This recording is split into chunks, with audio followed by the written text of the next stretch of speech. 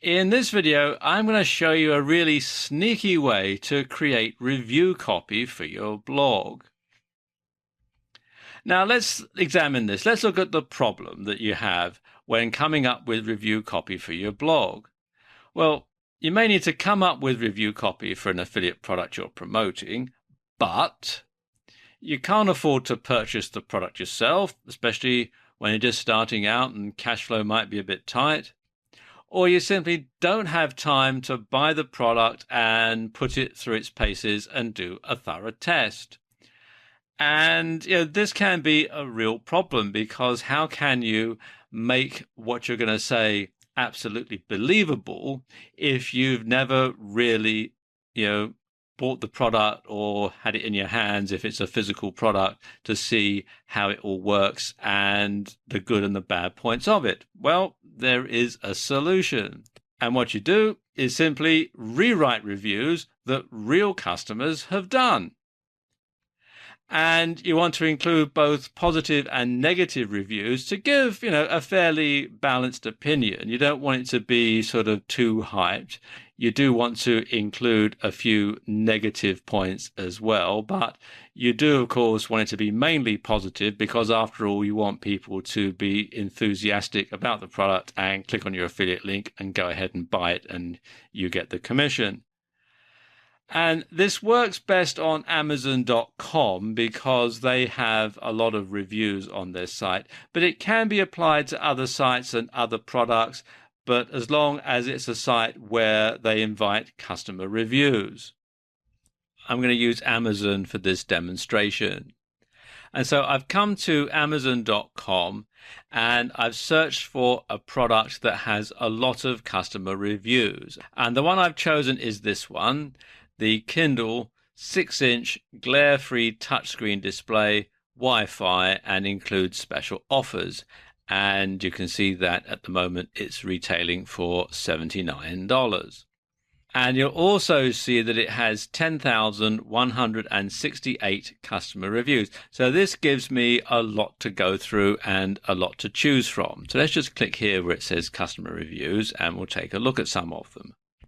Okay, and you can see they're showing here the most helpful positive review and the most helpful critical review.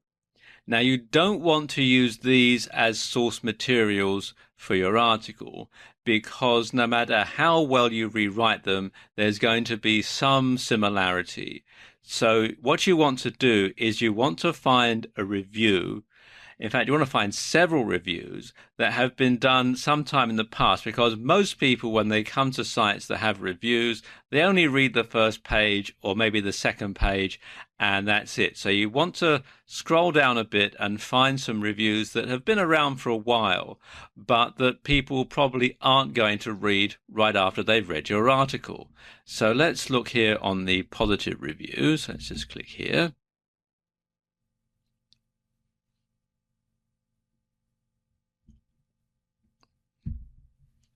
And you can scroll down to the bottom.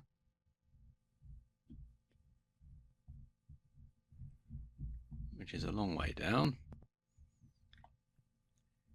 Okay, and let's go down to page 4. And you want to scroll down and find several long reviews. Let's see, this is quite a long positive review. So what you want to then do is highlight all that.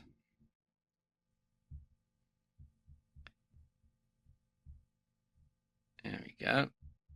And copy and paste that into your word processing software. And you want to do this for a couple of ones. Here's quite a long one. If I scroll down a bit further, here's quite a long one. And I do the same with that. Then you want to go back up and look for some negative reviews. Let's just go up to the top here and see all 2,136 critical reviews. And again, scroll down and again, let's go to page 4.